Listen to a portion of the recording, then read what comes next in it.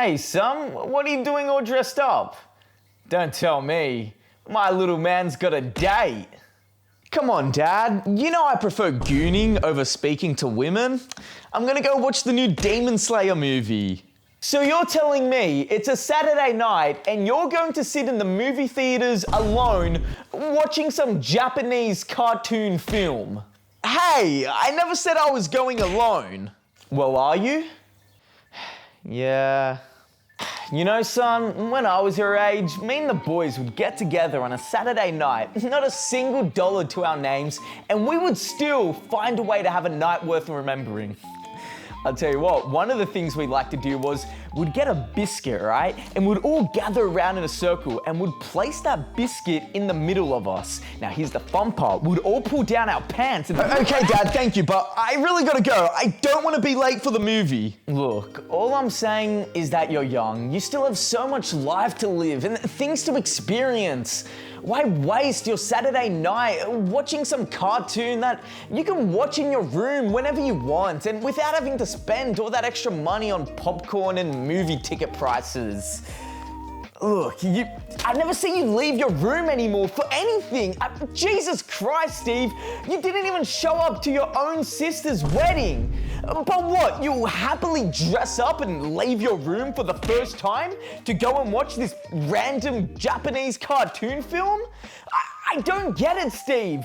What is it about this movie in particular that makes it so damn special? Demon Slayer is undoubtedly the greatest work of fiction since Spider-Man 2 and Regular Show. Is what I would say if I was someone who started watching anime after 2019. Demon Slayer, more like mid-Slayer. I've said it time and time again, Demon Slayer is fine. It's a generic run-of-the-mill shonen that gets heavily carried by the godly animation and storyboarding work put in by Studio Ufotable. You know, the same studio that gave us this. And that being said, I still enjoy Demon Slayer for what it is, and at the very least, appreciate it for bringing in a whole new generation of anime fans across the globe, and even resurging Lisa's popularity with the original opening theme for the series becoming a mega hit, and reminding all these new kids on the block who the queen of J-Rock in 2025 still is. Following its initial anime release in 2019, which was almost 7 years ago now, Bruh. Demon Slayer has gone on to become one of the most popular anime of all time, with Demon Slayer now being the 7th best-selling manga in history. And look, we can sit here and argue all day about Demon Slayer's cultural influence as opposed to the big three back in the day.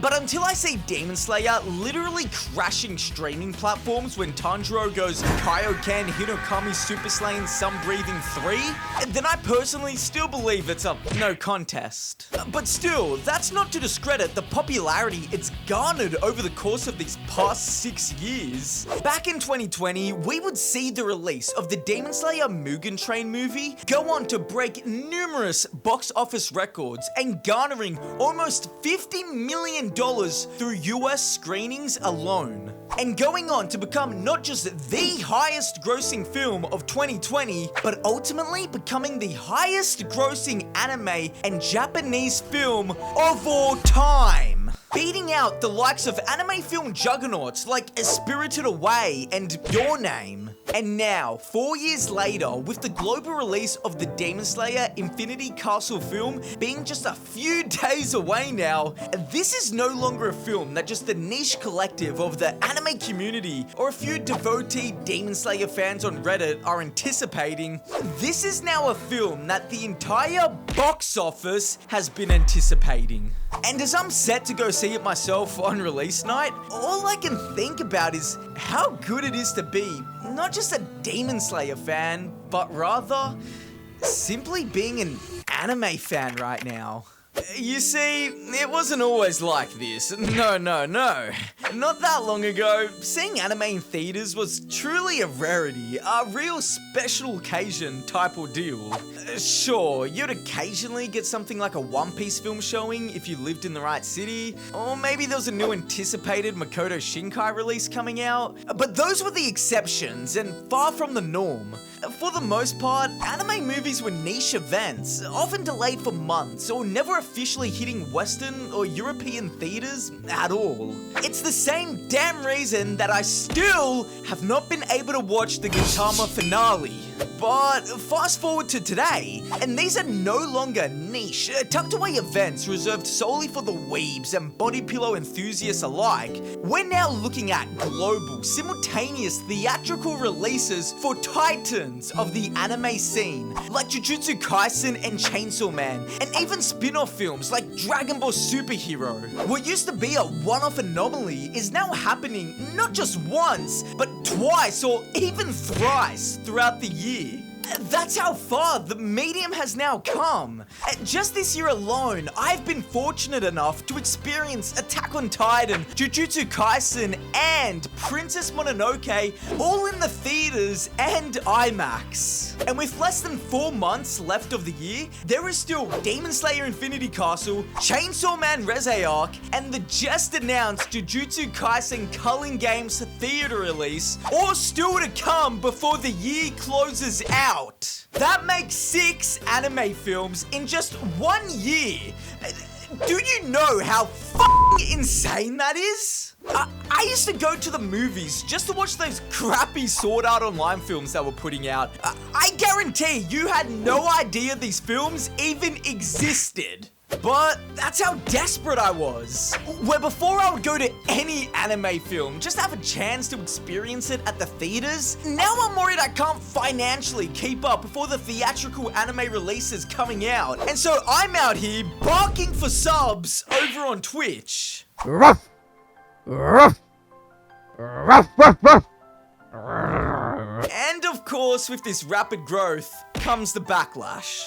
You'll still hear old school weebs who want to gatekeep anime, who say newcomers to the scene don't truly appreciate the medium, or who complain that anime was simply better in the 2000s. And don't get me wrong, I fully agree that anime most definitely peaked in 2009 with the Endless 8 arc of Haruhi Suzumiya, something which newer anime fans fortunately won't have to experience. But here's the truth. Without this wave of new fans globally, none of these big theatrical events would even exist. Anime blowing up, becoming culturally accepted, and admittedly becoming mainstream is the very reason that we're now getting these massive, big budgets global events in the first place. Without anime's popularity explosion and new fans coming in and filling in those seats, Infinity Castle doesn't get this kind of push. Without new fans, we don't get IMAX screenings or red carpet premieres. Hell, I'm going to watch this movie in 4D. 4D! Literally at the time of writing this, it was just announced that an Assassination Classroom film would be releasing in 2026. Guys, Assassination Classroom finished airing almost a decade ago now, and while I love the series, it's nowhere near the popularity of some of the other series I'd previously mentioned. Do you guys really think that this movie would have gotten the green light had anime not breached into the mainstream? Look, I know it's easy to get nostalgic about the early 2000s, back when anime felt underground and special. And being an anime fan felt like you were a part of something so small yet amazing. It was like a secret world that no one else knew of, except for you and a few others. It was like being in our own little isekai. And it's certainly fair to cherish those times, and I wouldn't blame you for thinking they were special, because they were special. It was a time of the internet tucked away in some small, faraway corner that we got to experience, and one that will also never come back. But in terms of just sheer quality and accessibility, we might actually be living in anime's peak right now.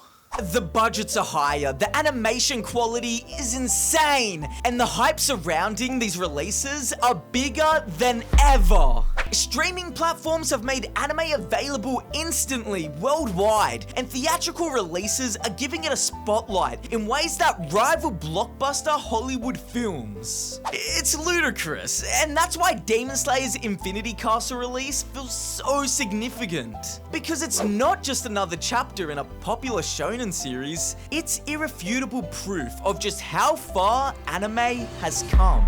This is the kind of worldwide cultural moment that used to be reserved for mega franchises, and now anime is standing in the ring alongside them. Because what we're currently seeing with Demon Slayer isn't an endpoint, it's a glimpse into the future. A future where anime continues to surge, grow, break records, and create unforgettable communal experiences that us unks of the medium, an entire generation of fans, could only dream of.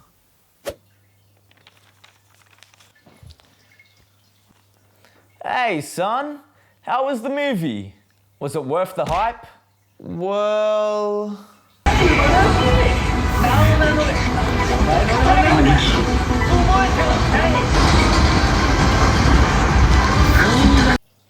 It was mid.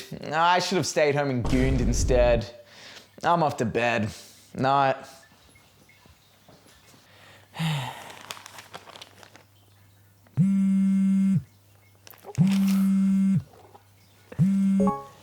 Yo, Tyrone! What's up, Big T? No way, you and the boys having a get-together? Dude, sweet! Yeah, of course I'll be there. Hey, don't you worry. I'll be bringing the biscuits.